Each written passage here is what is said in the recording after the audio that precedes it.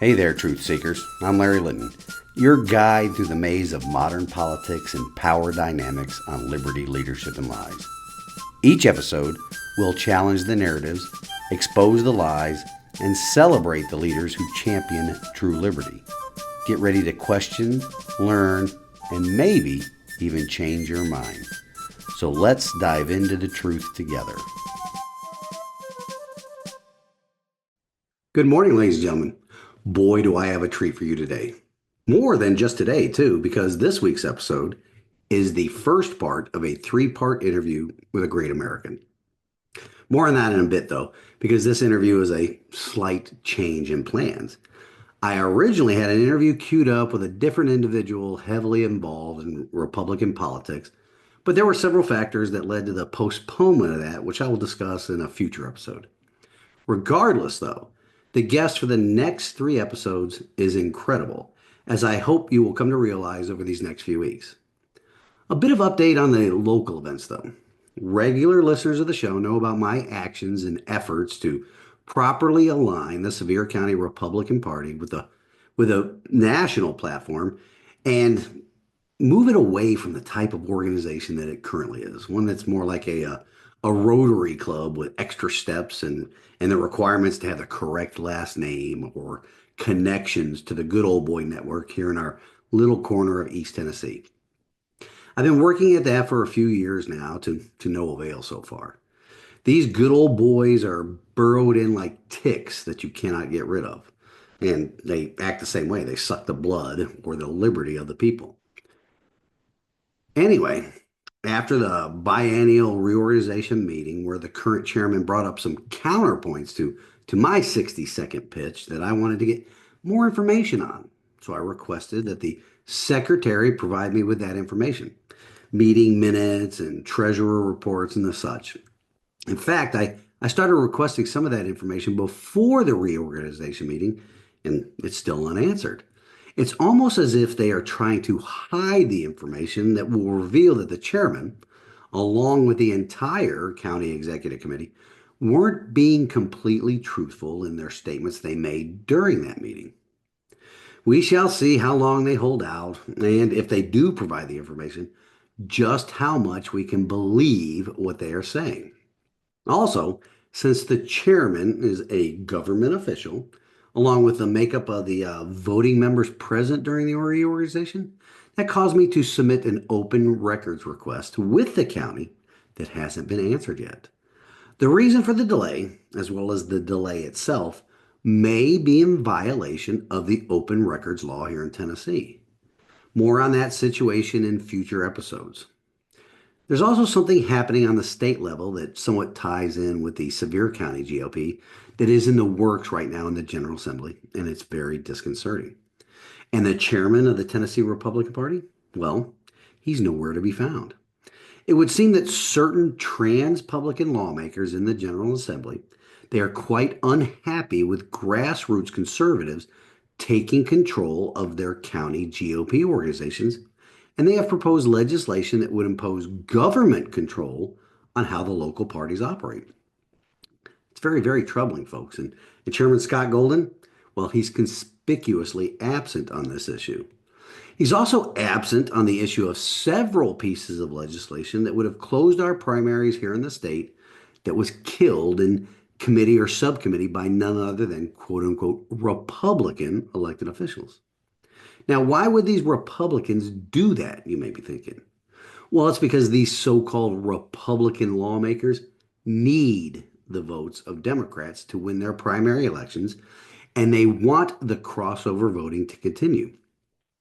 As I always say, there is nothing so well designed to rob the people of their liberty than the government they apathetically let get elected. That is true of all levels of government. And I will point to something happening locally that bears that out in a future episode. For now, though, I would like to welcome Professor Stanley Ridgley to the program for the next three episodes.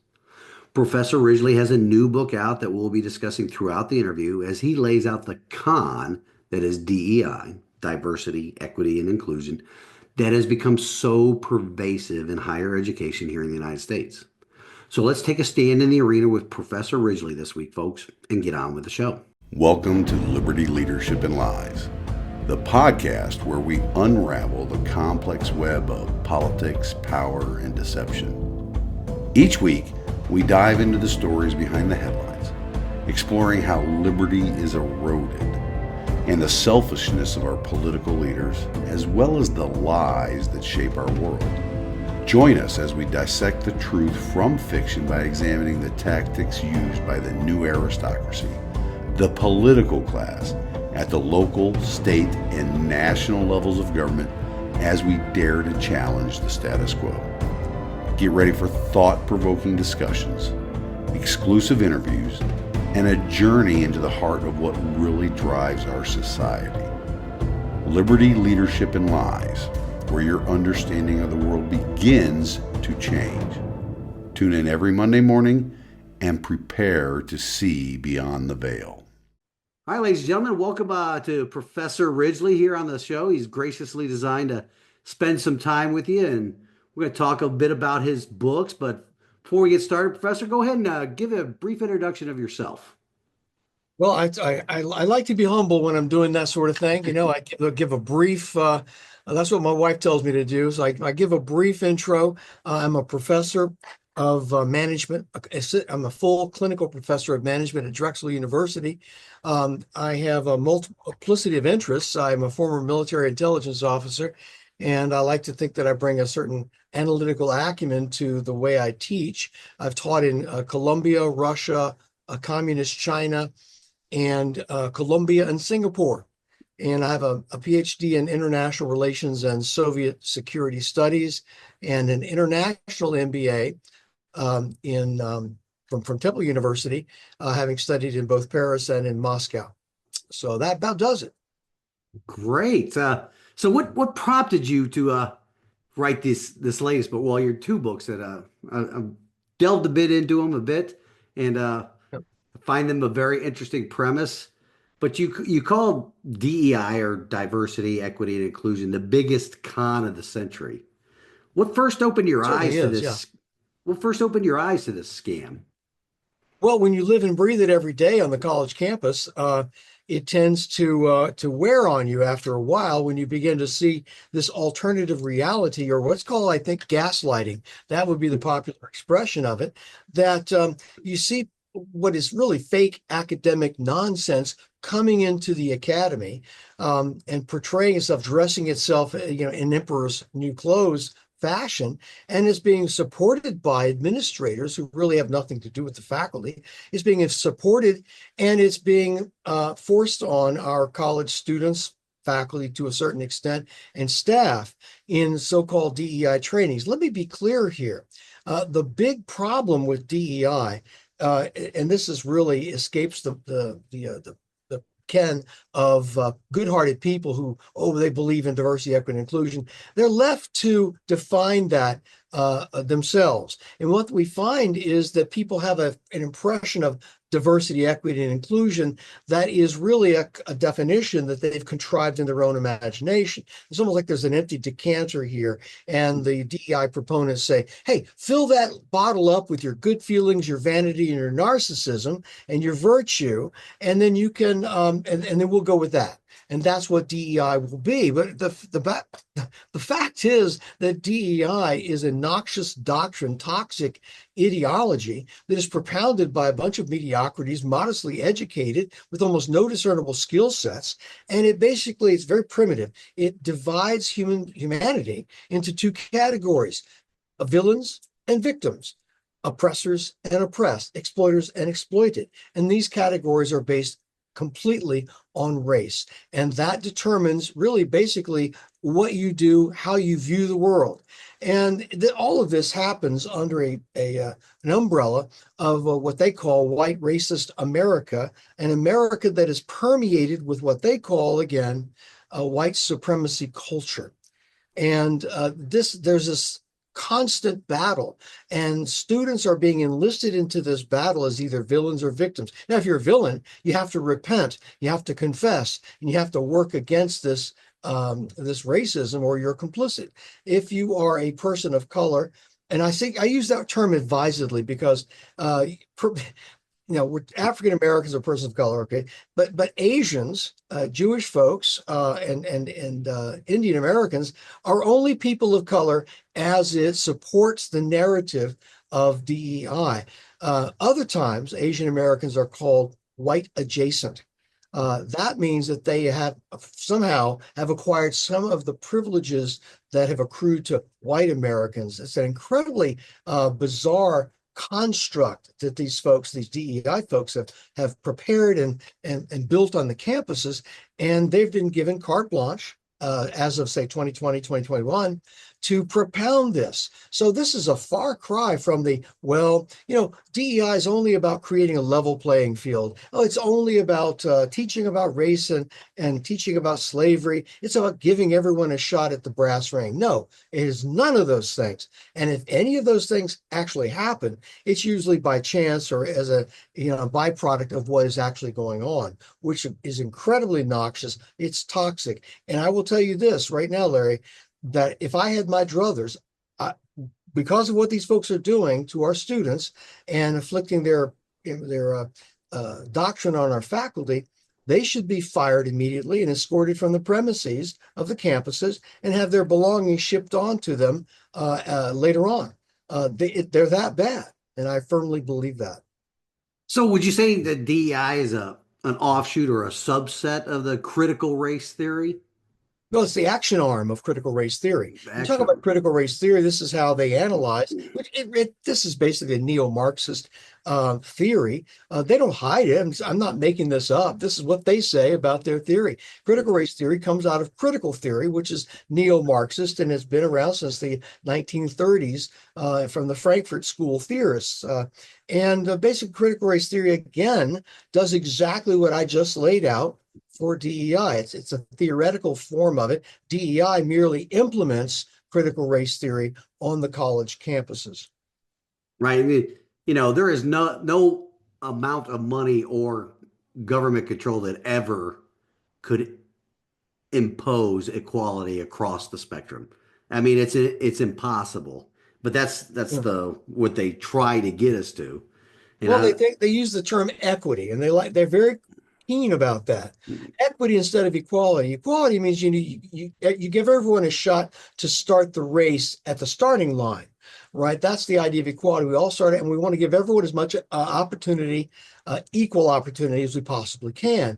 Now, equity, when you start talking about equity, this is Karl Marx distilled. Equity is the idea we all will end up at the finish line together. That's equity. And if someone else needs a boost along the way for whatever reason, well, we're going to give them that boost. And whether that's fair in some cosmic sense, I don't know. But the point being is that whenever you start talking equity and you're placing these demands on people in, say, the university system or medical training, life and death professions such as engineering, such as doctors, such as airline pilots, then there's a problem. Because if you're mandating equity and you know that people are differently abled, people have different talents, people have different work ethic, and people are not going to end up at the finish line at the same time. But if you require that, then you're going to have to come up with workarounds. And workarounds might be giving points or bonuses in study based on how hard you tried, or basically superficial characteristics such as skin color. And then these folks are given a degree, they go out and they build bridges. They fly hundreds of thousands of passengers every year. Upside down.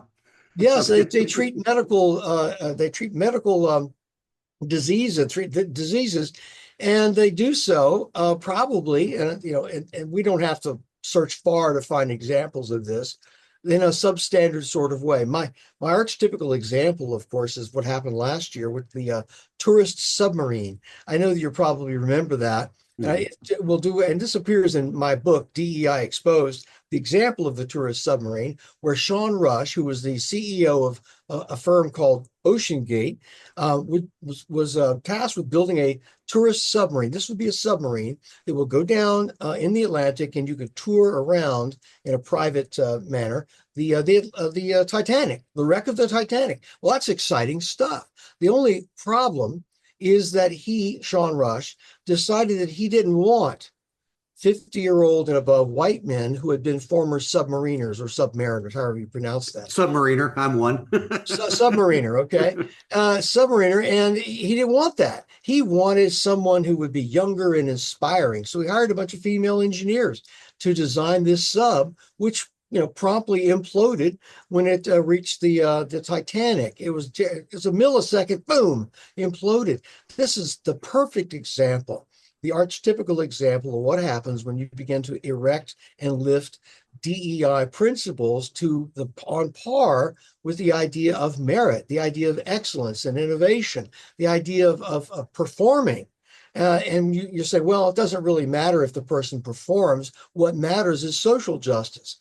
Well, if you're doing something like gender studies, or you're doing something like I do, you teach, or you okay, maybe not much harm is going to be done. But when you're putting people's lives into the hands of people who may have been put there, who may have been selected by something other than merit and talent and wherewithal, then you've got a real problem. We saw that with the tourist submarine. We don't want any more tourist submarines. Right. Equity not only, I say it, not only hobbles the people with the merit or the talent and the skills, but it lowers the standards so the other people can even get to the hobbled merit people. So it's an exponential downgrade of talent and work ethic and capability. Well, it's demoralizing. It's demoralizing for folks who have to go through this kind of program. It's the military has seen that. I think that Defense Secretary Pete Hegseth is going to change this, where you've got separate standards for men and women. Well, the tasks are going to be the same. No one you're fighting on the battlefield cares whether wait. We have a normed, what's called norming. We have a normed opponent here who can't quite carry the weight or can't quite cut the mustard with regular standards. No. You're fighting the same enemy. The enemy doesn't care. If you are effectively lethal to your enemy to a certain degree, that's the measure. It's not like, well, okay, you can't do that. Well, we're going to let you in under a lower standard. Even though you're going to have to perform to a higher standard when you get into actual combat. The actual standard, they don't care about your ability to try hard. They care about what you can do. And when you face an enemy that is relentless and ruthless, we're going to find out that the people you've let in are these lower standards are not only going to falter, they'll probably die and get someone else killed. And that's the problem with it. As you said, it's a problem with holding everyone back. Okay, if you said, well, since we know that a third of our people in this particular cohort cannot perform according to the standard, we're going to lower the standard for everyone so that everyone can reach that finish line at the same time. And and I said it was Karl Marx. I think he wrote this, and this is one of his most famous dictums in I think it's the Critique of the Goethe Program, 1875. He said this. He said, from each according to his ability to each according to his need, which is a beautiful sounding statement, I suppose, from each according to his ability to each according to his need. Well, that covers up an awful lot in terms of talent, in terms of grit, in terms of working hard, in terms of the desire to go above and beyond what is required. It was the very first, I think, clearest exposition of equity that we can find. And I think you see how today's equity gurus are drawing right upon Karl Marx to make their points here. Absolutely. Now, your book argues that DI nearly toppled higher education. Yeah. How close do you think the universities came to the irreparable damage? And are we out of the woods yet? We've come very close to irreparable damage. I think that the only thing that halted this is the new Trump administration's Department of Education, the Department of Justice, and the Office of Civil Rights. I think that we saw a clear declaration by the administration with his executive orders in the first week of his administration regarding DEI in government, DEI in the universities, and with regard to with regard to anti-Semitism, which is really an outgrowth of and supported by, if not fellow traveled by, DEI. We came very close. If there had been a different result in, say, last November's presidential election, we would see a doubling down, but there would be no purging of DEI. We'd see a doubling down. We see even more of these people. And when I say these people, I'm talking about the cadres of people who were brought into the university when the doors opened as a result of the George Floyd riots of 2020, I'm sorry, and on into 2021. A bunch of mediocre people, modestly educated with no discernible skills except to do the work of anti-racism, as Ibram Kendi would say, and to come onto the campuses and do nothing but train people into this odious, nasty, toxic ideology of a primitive Manichaean good and evil. This is what it is. It's a very primitive ideology. I'll give you an example of what results from this. Now, you and I, Larry, we walk down the street and we see a stranger coming down the street towards us. And the only thing we can tell about the person, perhaps, if we're inclined to do so, make those kinds of judgments, is his clothing or her clothing. His clothing, her clothing. And we do make these kinds of judgments all the time, right or wrongly. That's the only thing we can say. And we probably don't really care. That person goes on their way. But right, because it's how they choose to present themselves. Yeah. And no one really cares. I mean, it's a world of perfect strangers, and you go about your business more concerned with your family, with your friends, with your livelihood, with your job, that kind of thing. Now, when a DEI or critical race theory adherent walks down the street, some student who's gone through one of these training sessions, and they see the person, what they see is race. They're trained this way. That's what DEI actually does in operation. They're trained to see race. They see a villain or a victim. They see an oppressor or someone who is oppressed, an exploiter or an exploited. They see evil or good. This is what they say. Okay, my book doesn't connect the dots, and draws. No, my book simply reports what they are saying. Most of my work in both of my books, recent books, are basically acting as a conduit for the noxious doctrines that these people propound, because they are under the radar right now. If you ask the average person, well, what about DEI? Oh, I love DEI. Who could be against diversity, equity, and inclusion? These are such wonderful sounding, positive valence words. Well, of course they are. And you are left to yourself to define them as you see fit. I wish I had $1 for every person who has actually tried that. Well, if you knew what DEI really was or really is, you would understand that it's necessary and then they come up with some sort of definition or some sort of activity that they believe that DEI actually means. This is really fascinating for someone who is I've read this stuff. I know what it's all about. I know what they're doing on the college camp. I have been through their programs. And so I hear these people who try to tell me, and probably you, from this moral high ground that they position themselves on, oh, DEI, I have to laugh at that. I say, you have no clue. You have no idea what you're talking about. And then when I try to tell them, they simply don't want to hear it. In fact, one of the responses I get on campus, I've gotten from a liberal friend of mine.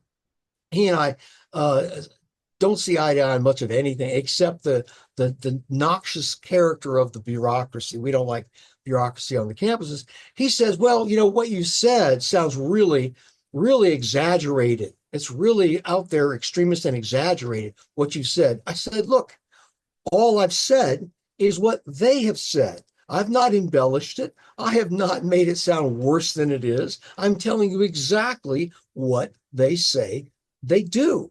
And he said, well, it sounds exaggerated. Well, if it sounds exaggerated and you're hearing the truth, what does that tell you about the program? It tells you something extremist doctrine is being propounded on our campus, and that you have covered your ears, perhaps your eyes as well, and you simply don't want to hear it because it challenges the fundamental belief that you have that these people are somehow doing good.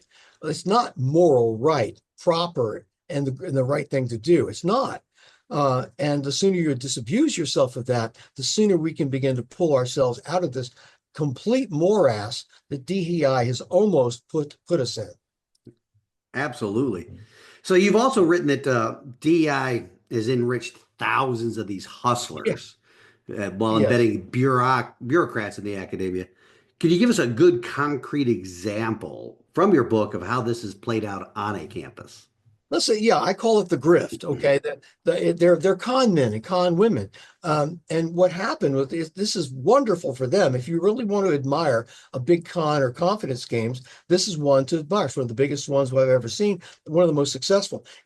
The DEI people have been trying to get on our college campuses for more than a decade. Okay, longer than that. They've been scratching at the door, trying to get onto the campuses, but there's really nothing legitimate. It's completely illegitimate, academically illegitimate. There's no discipline behind it. There's no research that justifies it. It's simply a policy preference. Well, after the George Floyd riots, or while we're going on, DEI people saw their chance. Social justice warriors of every stripe saw their chance. Gender warriors, LGBT folks, environmentalists, they all saw their chance to use the DEI as a wedge to get onto the campuses. And here's the pitch that worked for them. And if you recall, Jesse Jackson used to do this back in the 80s and 90s. He would run a protection racket with his Operation Push. And he would go to pick out a corporation and say, you know what? Nice business you got here. Be a shame if something happened to it. A nice donation to Operation Push will ensure that your business is safe and there won't be any protesters out there Monday morning giving you a black eye. And it worked. They shake down corporations right and left. Well, this is what DEI people did in 2020, 21. They said, nice university you've got there, Mr. President. Be a shame if some demonstrators came here and started burning it down. We don't want that. We can fix that. We can ensure that that won't happen. All you have to do is hire a bunch of our DEI folks, and I say, and for an expanding bureaucracy, and we'll make sure that you get credit for doing the right thing. You're doing something to solve rampant racism in America, even though you have none of it on your campus. And we'll make sure good things happen for you. Oh, by the way, it's going to cost a pretty penny. How much is it going to cost? Well, right now, the DEI industry is around $10 billion a year, $10 billion a year. That's with the B. And so what are the kind of salaries do these people receive if you're say a vice provost for diversity, equity, inclusion? Well, if you're in the University of California system, places like Berkeley and UCal and Caltech, places like that, and you're a top dog in the university DEI bureaucracy, you're receiving a minimum of $300,000 a year, a minimum of $300,000 a year. If you're at the University of Michigan, which has spent $250 million on diversity, equity, inclusion alone in the last 9 years, then you are making $417,000 a year. And her name, I should tell you, is Tabia Shavu Sellers. This is an interesting case because Michigan has been the kind of the guiding light, for the model program for DEI. They started theirs in 2016 under a fellow by the name of Robert Sellers. In 2022, he left that position. They did a nationwide search. And after this nationwide search, they came up with a person to replace him, Tabia Shavu Sellers, his wife. So he left making $431,000 a year, and she followed right in behind him at $417,000 a year last year. It is very lucrative. I saved the best example for last because the University of Virginia has been, let me back up. Michigan employs about 260 people in the DEI bureaucracy at that university. University of Virginia, the top two DEI people, they're provost, assistant provost for DEI, equity, inclusion, earn more than $500,000 apiece. I take that back. I made a mistake. They don't earn it. They receive it. They receive $500,000 apiece in salary and benefits. Now, if you add the third ranking person, she makes $405,000 a year in salary and benefits. So there you have about $1.5 million out of an entire budget of DEI budget of $20 million a year. $20 million a year to make people feel good about each other. Their bureaucracy comprises 60 people.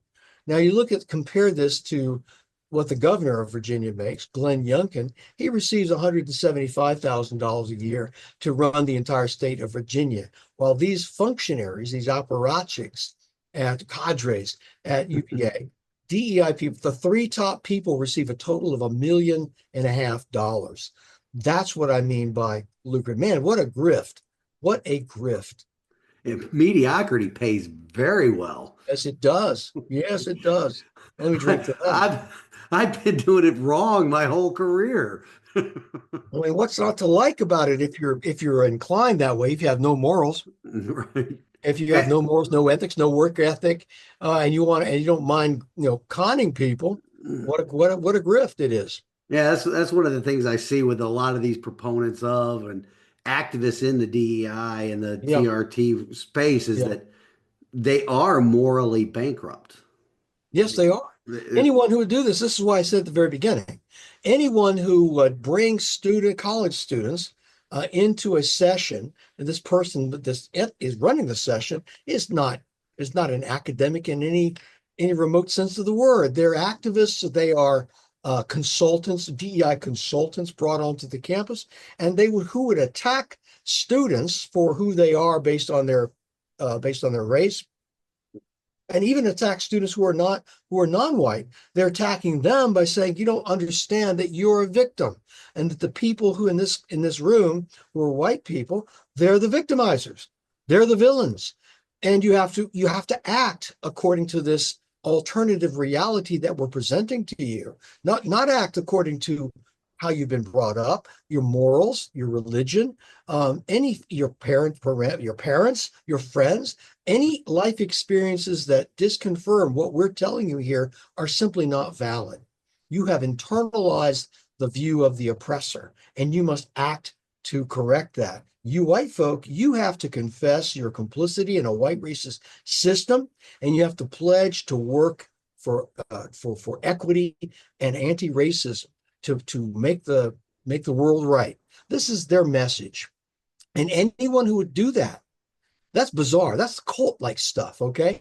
Now, anyone who would do that needs to be fired. They need to be fired. And I mean that literally. They need to be escorted off the campus. And what we ought to do, too much to hope for, is find the people who hired them. Find the people who bought into that program and brought them onto the campuses. Well, good luck with that, because the next big battle is going to be finding out who's responsible. Good luck. It's usually going to be so, those people left. Those people have long ago left the university. I've seen this play out so many times. They're no longer with the university. And the They board made retired. that decision. The board's changed over. Don't Yes, worry. exactly. The board made that decision, and we've replenished the board, we've refreshed the board. We're moving on. We're not looking back. That kind of thing. Yeah, the old Beavis and Butthead, it was other kids.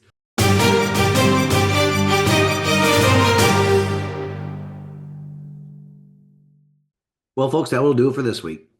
I hope you are enjoying it so far and that you will tune in again next week as we continue the conversation with Professor Ridgley. In the description of this week's show, I have put the links to Professor Ridgley's book on Amazon as well as his website. Be sure and pick up your copy of the book soon. Arm yourself with the information to counter all the quote unquote feel good and completely made up arguments that are used to prop up this con by those on the left. More importantly, for those parents that have children about to enter higher education, get this book and share it with your kids so they are better prepared to fend off the con artists at whatever institution of higher learning they will be attending this fall. Be sure and like or give the show a thumbs up on whatever platform you are watching or listening to the show on. Also, share it with everyone in your contact list. This week's wisdom from God's Word comes to us from the book of Ephesians, chapter 6, verse 10. Finally, be strong in the Lord and his mighty power.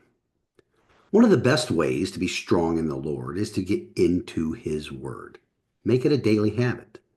You will find not only strength, but wisdom. You will also find the hope that is Jesus Christ. You can also stay strong by arming yourself with knowledge about the evil machinations of those on the left through books like those mentioned in this week's episode. So until next week, ladies and gentlemen, let's take a stand in the arena together. Reveille, it's time to wake up.